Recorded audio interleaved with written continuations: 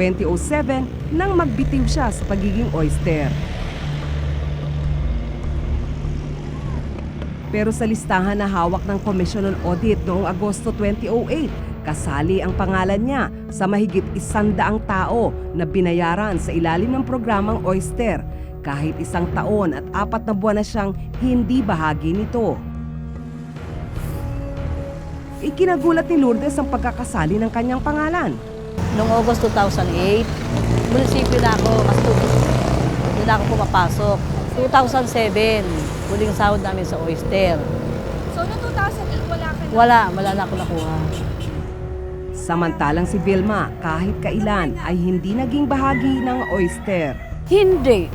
Kahit kailan. Hindi kayo Hindi ako nagtrabaho ron. August 8, 2008. 2008. Nasa MMDA ako nun eh. Nagamit raw ang pangalan nang wala siyang kalaban-laban. Dapat gawin nila yung tama, hindi yung manluloko sila. Kasi sayang naman yung pera nga, kunwari, sinisweldo ng tao, pero hindi naman pala Parang ghost employer na yung ginawa nila sa amin. Siyempre masama talaga. Parang imbis na itulong nila sa amin dahil nangangailangan ako.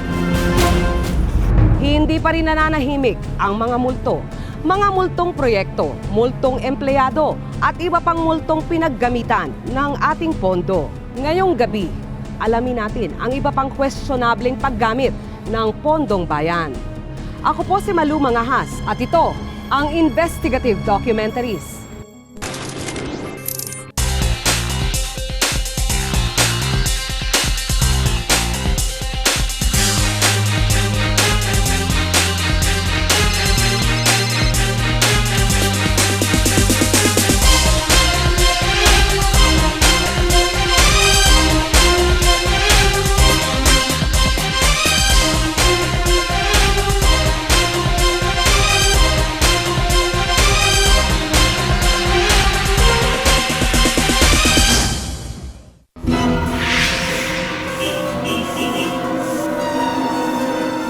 Sayang naman yung pera nga, kunwari, sinisweldo ng tao, pero hindi naman pala. Parang ghost employer na yung ginawa nila sa amin. Siyempre masama talaga. Parang imbis na itulong nila sa amin dahil nangangailangan ako. Masakit po. Isang puntaon akong lingkod ng tama, maayos.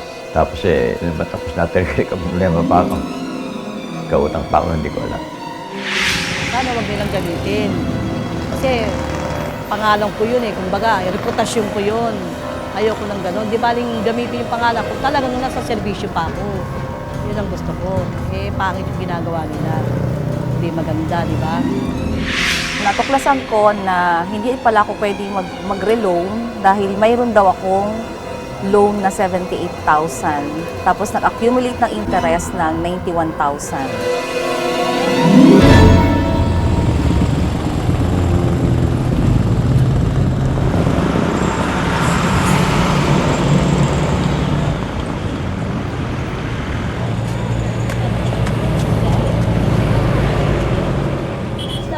Alas 2 na.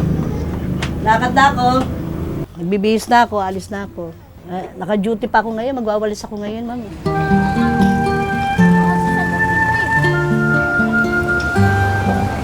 Isang dekada ng tagalinis ng kalye sa Malabon si Lourdes.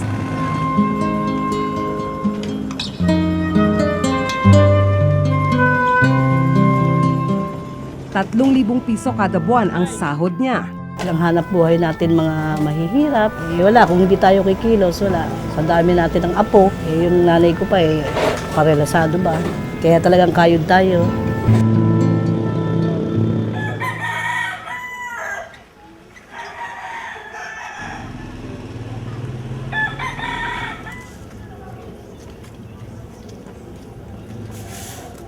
Si Vilma, dati ring pagwawalis ng kalsada ang hanap buhay. 2003 nang magsimula siya sa trabahong ito sa Intramuros. Nag-hire sila ito sa Philippines na magwawalis noon. Kailangan. Nag-apply ako. Natanggap naman ako agad noon.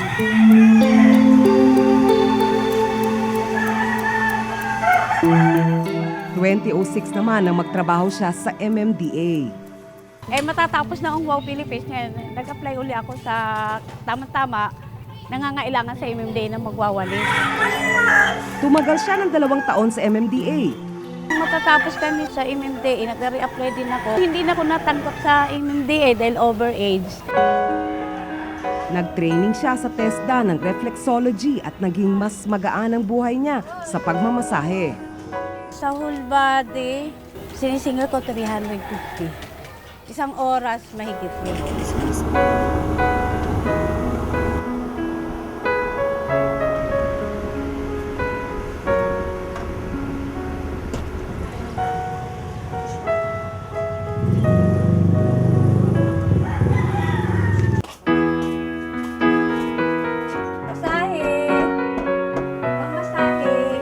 Malayo rin siya sa polusyon at init ng sikat ng araw.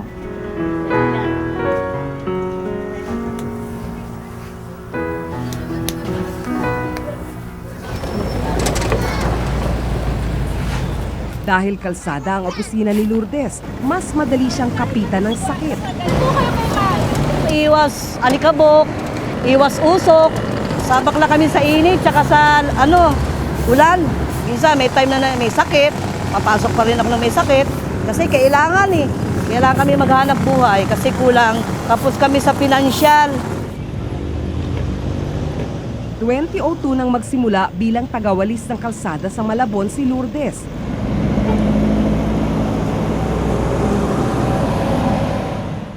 Makalipas ang 3 taon, nag-apply siya para maging tagawalis sa ilalim ng Oyster Program.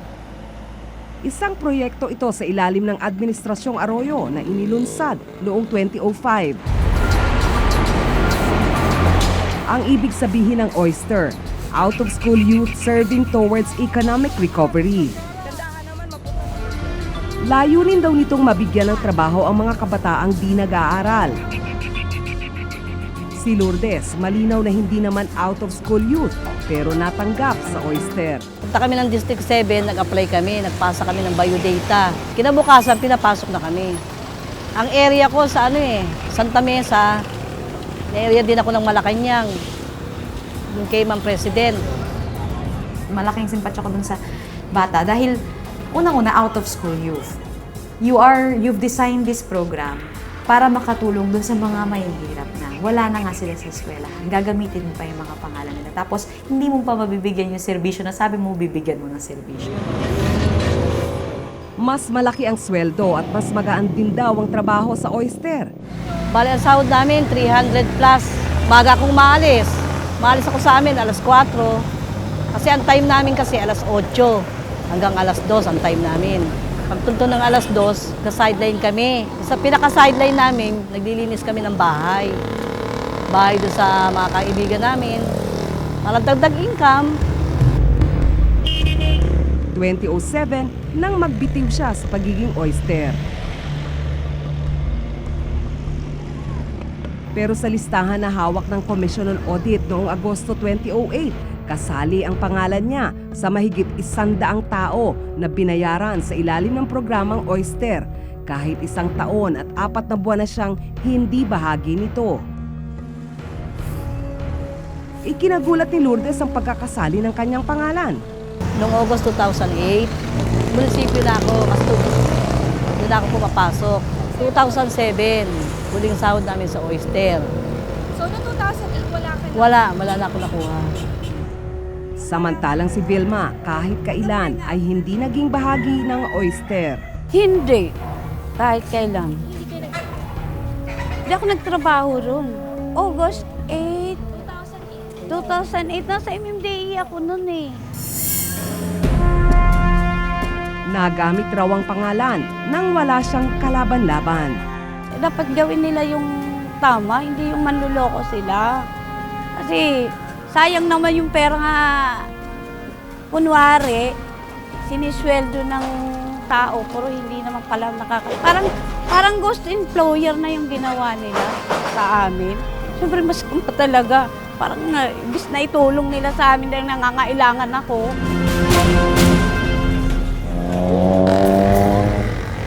Pangalan ko yun kumbaga, reputasyon ko yun. Ayoko ng ganon. Di baling gamitin yung pangalan ko, talagang nasa serbisyo pa ako. Eh, pangit yung ginagawa nila. Hindi maganda.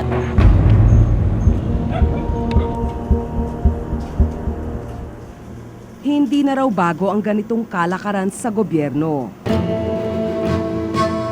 Kasi ang dali niya maglalagay ka lang ng pangalan tapos sisweldohan. Tapos yung pera na sinisweldo dapat dito sa nakapirma doon ay nakukuha nung sino man yun ang umurakot. So napaka-common niya na practice. Hindi siya kakaiba.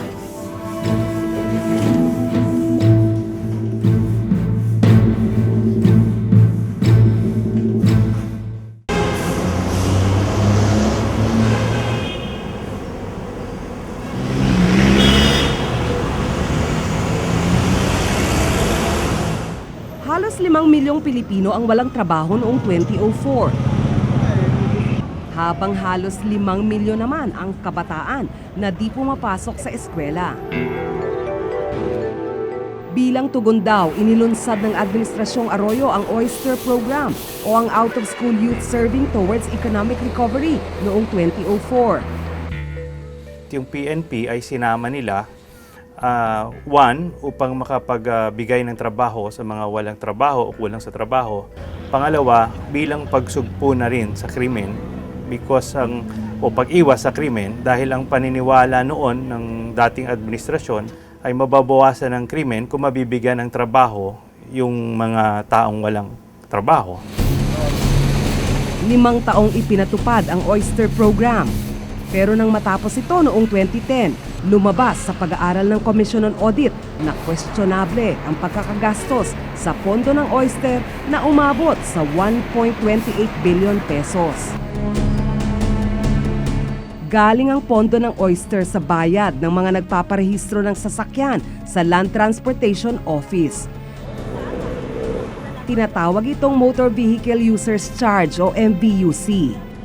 Sa batas, pwede lang gamitin ang MVUC para sa road maintenance, paglalagay ng traffic light at road safety devices at pollution control. Oyster ay isang bahagi lamang ng roadside maintenance kung saan ginagamit ito sa pagpapalinis, pagdideklag ng mga ating mga kanal. So ginamit yung Oyster bilang bahagi nitong roadside maintenance ng road board.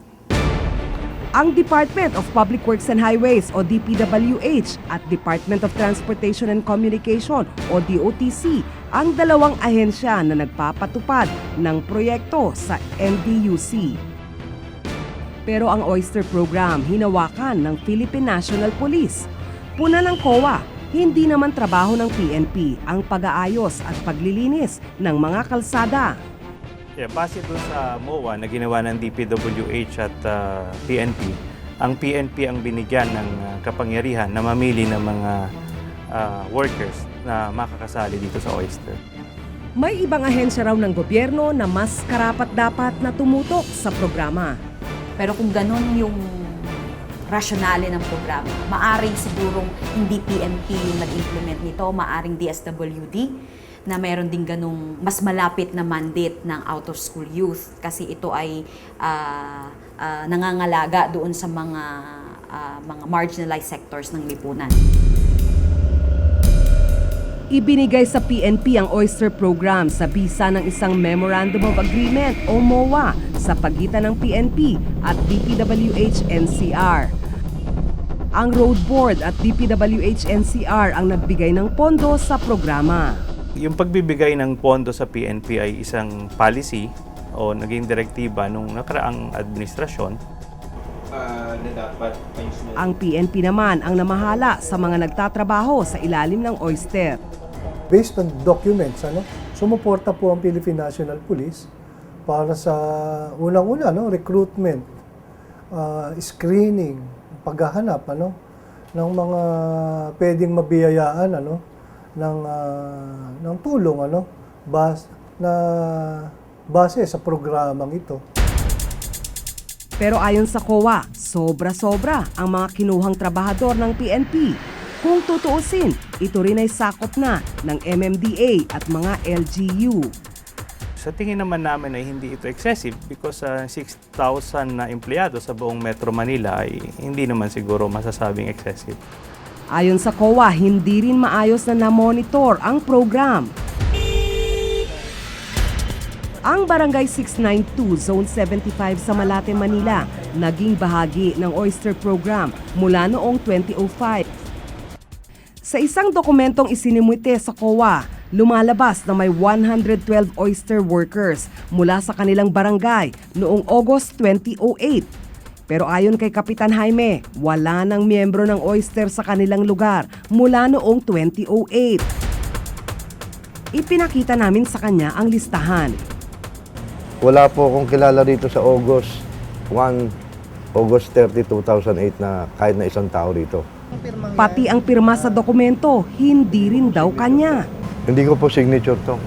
Makikita niyo po ito, sobrang laki.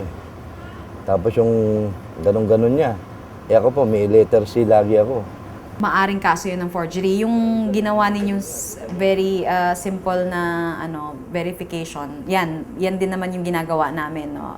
Bini-verify yung pirma. At we've actually also discovered cases wherein talagang fino-forge na lang yung pirma. Sa kanyang pagkakatanda, 4 lang ang oyster workers nila noong 2005 at 2006. Mga kawani raw ng DPWH ang nagsabi sa kanya tungkol sa oyster program. Umaba po rito ang Department of Public Works and Highways at humingi ho sa akin ng 4 na street sweeper para po sa oysters nila. Hindi ko na lang matandaan kung kailan sila nagsimula eh. Nadagdagan daw ito ng 10 noong 2007. Pero nadismaya raw siya sa mga pagbabago sa programa ng taong ding yun. Noong una, sa DPWH daw nila kinukuha ang sweldo ng mga oyster workers sa kanilang lugar. Pagdating po ng sahod ng tao, kinokontak na po kami ng opisina ng DPWH. Ako na po mismo, kami na po mga punong barangay ang pumupunta po rin sa opisina nila para kunin yung cheque ng mga tao. Yung sa DPWH, wala po tayong problema. Pero noong 2007, inilipat sa PNP ang pagkuha ng sweldo. Paggawa ng payroll, medyo nagtaka ako. Bakit sa Precinct 5 kami pupunta para kunin ang payroll ng tao? Magulo raw ang sistema ng PNP. Sa halip na payroll, certification na lang ang pinapapirmahan sa kanila. Hindi katulad dun sa DPWH. So talagang makikita mo talaga yung papeles galing lahat talaga sa kanila sa payroll. Then after that, sabi ko, aalisin ko na yung mga tao ko dahil hindi ko gustong yung patakaran. Ang sabi ko nga, itong klantong klaseng programa, ang daling magkaroon ng anomalya. Dahil nga, mag-produce ka lang ng pangalan. Pwede mo nang yung iyon ang isubmit mo sa COA or kung sino man ang pagsasubmitan mo ng iyong accomplishment report. Maybe sa road board as well. Hiningi namin ang reaksyon ni Police Superintendent Clemencio Bernal III, dating hepe ng Project Oyster, tungkol sa report ng COA. Nawakan ko yung 2006 yata, yung gano'n. Ako yung parang project coordinator dito sa that time. So nagkalipat-lipat kami, iba-ibang mga humawak ng mga officers. Ngayon lang daw niya nakita ang dokumentong ito mula sa COA. We are basing on this document, 2008 kamo to. Hindi na po ako ng oyster. Ayon sa COA, ang mga ahensyang itinalaga lang ng batas ang dapat mamahala sa mga proyektong popondohan mula sa MVUC. Importante yung monitoring sa pagbibigay ng mga programa, lalo na dyan sa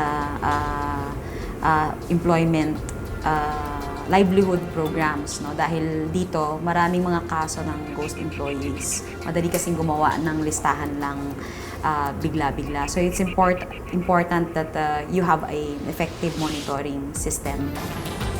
Ayon naman sa Road Board, ang ahensyang nagpondo sa proyektong ito, inaalam na nila kung saan napunta at paano ginasta ang pera. Patuloy pa rin ang pagbabantay ng Road Board sa kung paano na nagastos ang pondong ito. Noong nakaraang taon, naatasang bumuo ng isang komite ang PNP-NCRPO para imbestigahan ang mga anomalya sa Oyster Program. Sa level nga ng PNP, nagkaroon ng konting pag-aaral dyan. At yun nga naging recommendation nga initially ng body, mag-create ng talagang special investigation task group tungkol dito. Sa ngayon, yung pa lang yung talagang malinaw na investigation, na recommendation at this point. Mag-iisang taon na pero di pa rin umuusad ang investigasyon. Sa ngayon, wala pa rin. Wala pa tayong pinapatawag, wala pa tayong mga specific na dokumento na tulad ng sinasabi mo na pinag-aaralan. Sa simula pa lang, kaduda-duda na raw ang programa. Ang daming loopholes na maaaring maging sanhi ng anomalya at ang dali-dali tuloy. Kaya mas lalo nga dapat sa mga ganitong programa, mas matindi yung transparency and accountability mo, mas marami sanang involved. Sa proyektong ito, mahigit 1 bilyong piso ang nagamit mula sa pondo ng bayan para sana mapakinabangan ng mga nangangailangan. Pero tila ang mga nangangailangan pa ang napakinabangan.